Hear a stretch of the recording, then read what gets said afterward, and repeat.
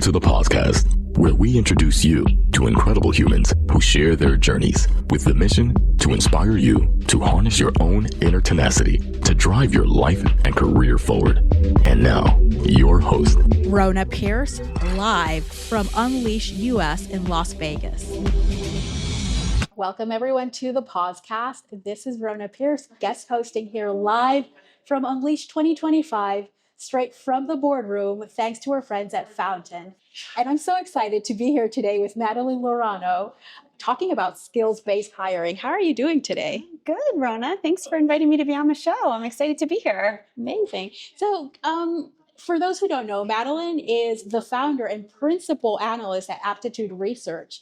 But can you tell us more about who you are and what you do best? Yeah, so I've been an analyst for about 20 years, which feels crazy, but I do research on the HR tech market. So we do research, we do advisory, we help companies understand the landscape and make better sense of the providers in the market and the decisions that they should make.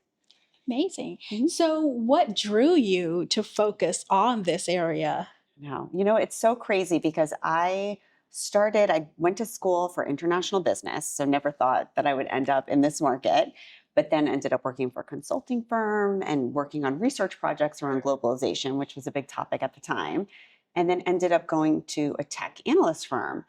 And I was the only woman who started with all the other associates at the time. So I was coming in with a bunch of people in their 20s, and there were different segments of technology. So supply chain, retail, different marketing, different areas of technology. And I was put as a woman in HR tech. And it was interesting because that was probably one of the smaller practices at the time. And I'm so grateful that I was put in this because it's just been an amazing career. It's an amazing industry. So it's just sort of how it happened. What keeps you interested in this industry? Yeah, it changes so much. It's really hard to stay on top of it. I think everyone is so nice. It's really unusual. I've covered fintech a little bit. I've covered procurement, and it's just not the same. Everyone here is just so nice. It's truly a community. So I love that aspect of it. And then the market has just changed so much. We're seeing advances in AI. We're seeing providers completely reinvent themselves, even very traditional providers. So it's just really exciting. I love it. Amazing. And I want to make sure to get the stats right from your latest research that we're going to talk about. So it shows that only 12% of companies are very effective at validating candidates' skills. Why do you think we're still struggling in this area? Yeah, thank you for reading the report. We just published this. It's been really exciting because this skills conversation has been around for a while. It seems to be the biggest topic. We go to conferences and it's the number one thing that people want to talk about. And what we found is that companies are really not sure where to go. So we call it stuck on skills. And we found that 1 in 2 companies are actually fatigued with the whole skills conversation. So we started to dig into why that's the case and found that for a lot of companies, they're just not using a full skills-based approach. They're either doing it completely manually, which takes too much time, or they're just using AI to infer skills on a resume, which is important. But then there's questions about how do you validate those skills later on in the process through interviewing and assessments. So that's what we really looked at is how do we do both inferring skills, but also validating later? And I think for a lot of companies, there's not a structured approach to interviewing.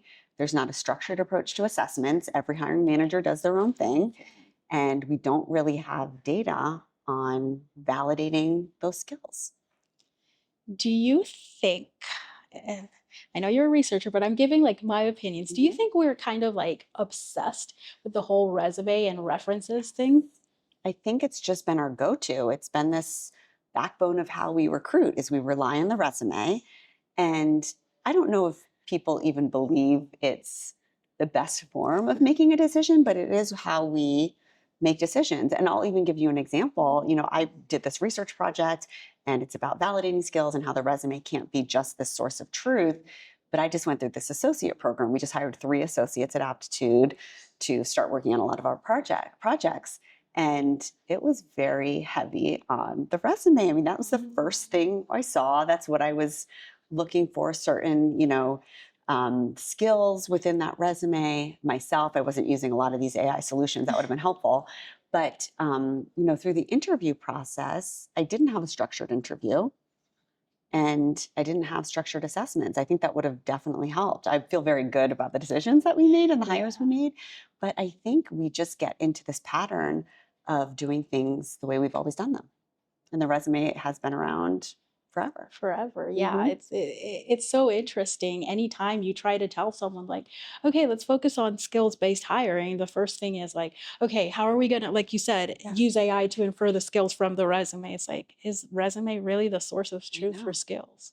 Well, and think about like the next generation. You would think maybe it would stop with the colleges and the career centers right now, where they would say there's got to be a better way to put together a profile or portfolio to help, the next generation into the workforce. But no, I mean, these students are leaving college with help from their career center on how to build a resume. 100%.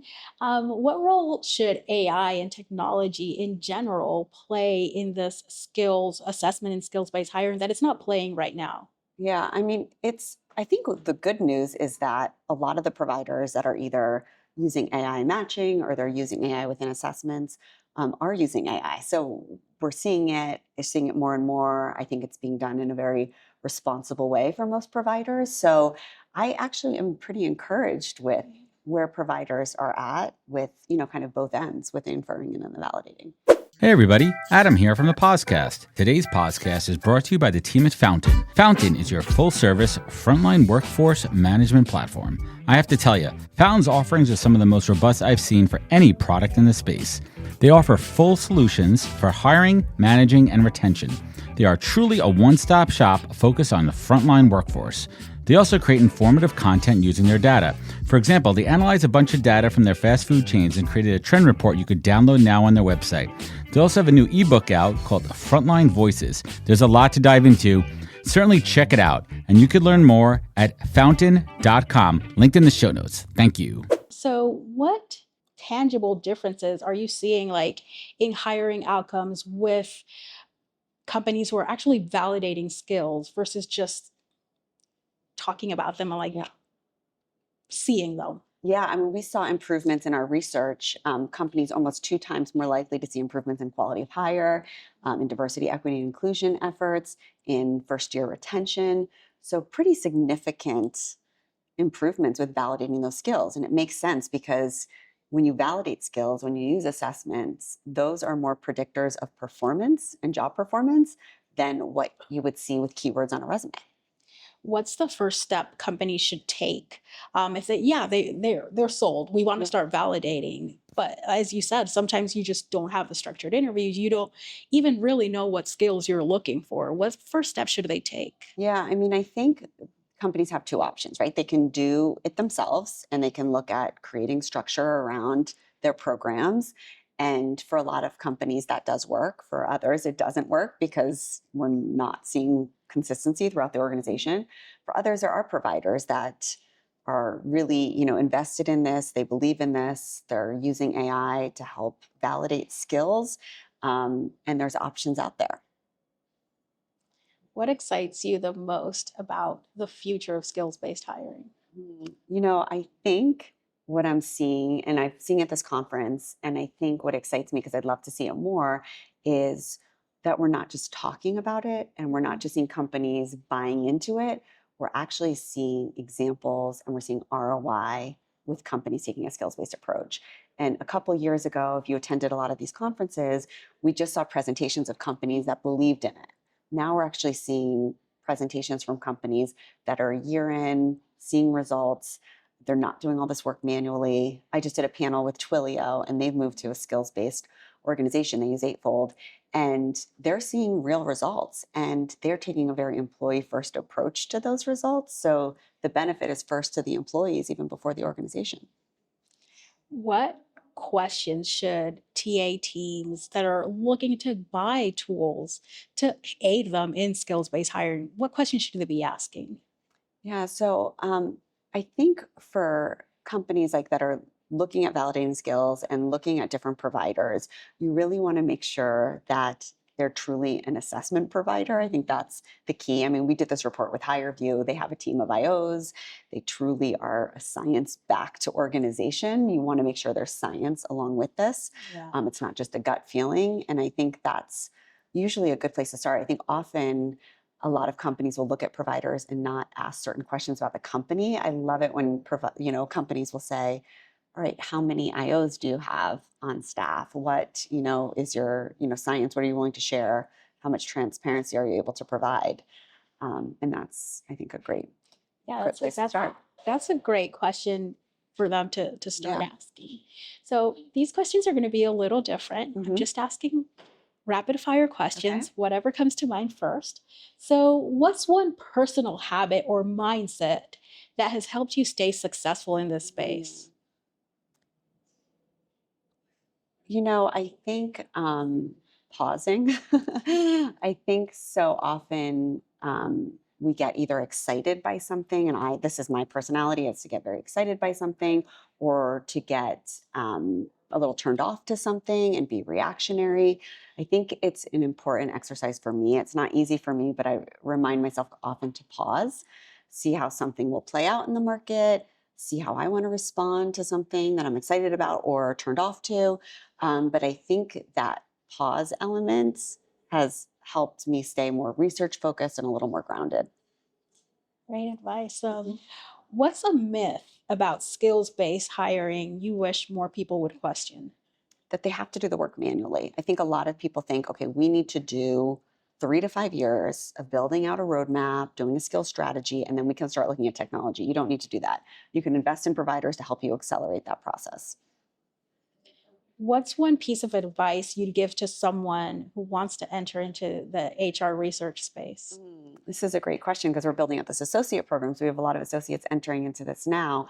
I think it's to build a network. I think it's so helpful. You want to talk to as many people as possible. As researchers, it's so easy to just use survey data and to just go off of those trends. But the qualitative piece and the networking piece and the demos and the briefings with providers often provide more context and more insight than even those survey results. Amazing. Anything that I haven't asked that you think listeners should know? No, I think these are such great questions. The only thing I'll say is, we talked about why I love this job and this industry is that this is an amazing industry. And if you're just entering this industry, if you are looking to learn more about it, build connections. People are so willing to share their stories. And we see this here at this event. It's just been a great opportunity to connect with people. So take advantage of that. Great advice. It's been an amazing conversation. Where can listeners connect with you? Oh, so they can go to our website, aptituderesearch.com. I'm very active on LinkedIn. My email's, I think, somewhere on the website, probably multiple places. But I'm pretty easy to get in touch with. Great. Thank you so much for being on the pod today. Thanks, Rhona. Hey everyone, it's a wrap on Unleash 2025. Thanks to Fountain for bringing the podcast to you from here live. And thanks to Adam for trusting me, Rhona Pierce, to guest host the podcast. And with that, Adam, I'm handing the mic back to you. Wisdom is forever, but for us, it's time to go. Thank you for joining us. Luckily, we'll be back with our next episode soon, jam-packed with more incredible humans. Thank you for listening, subscribing, and sharing. To join the conversation, search the podcast on LinkedIn. And to catch up on past episodes and more info, please visit www.thepodcast.com.